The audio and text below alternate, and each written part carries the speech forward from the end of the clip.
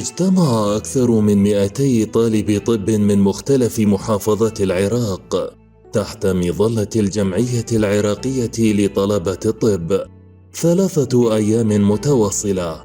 تحولت 6 قاعات من هذا الفندق إلى منصات علمية نابضة بالحياة، حيث ناقش الطلبة أحدث البحوث الطبية وتبادلوا الأفكار حول القضايا الإنسانية المرتبطة بمهنة الطب وصحة المجتمع. تهدف هذه الورشات إلى تطوير مهارات التواصل بين الطلبة وبناء قدرات شبابية فعالة تسهم في تطوير الواقع الصحي والطلابي في المجتمع العراقي.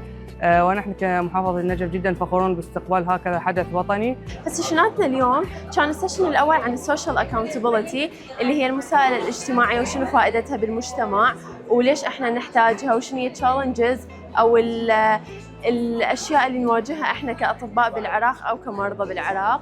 وأيضا السيشن الثاني كان عن AI اللي هو الذكاء الاصطناعي وشنو فائدته وليش احنا نحتاجه وشلون نستخدمه. تحدثنا عن في ورشاتنا اليوم عن أطفال التوحد، وللأسف يعني أطفال التوحد نسبتهم 33% من كل العالم، وهذا رقم يعني هائل كلش.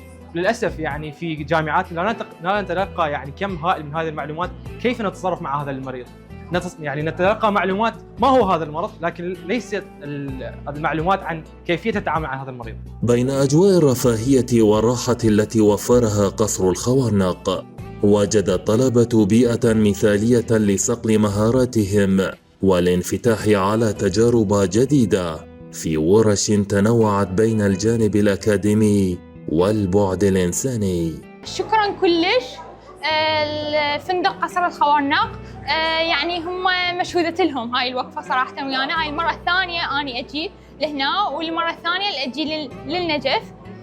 شكرا كلش، شكرا على التنظيم، شكرا للمدير العام.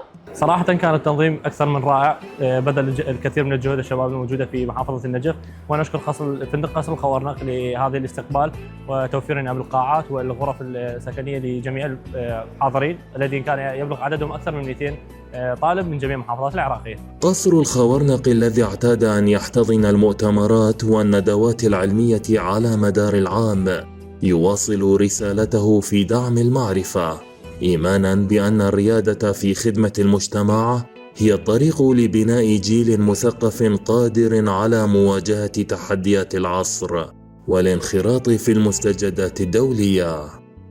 أحمد الحسيني، آسيا TV، النجف الأشرف.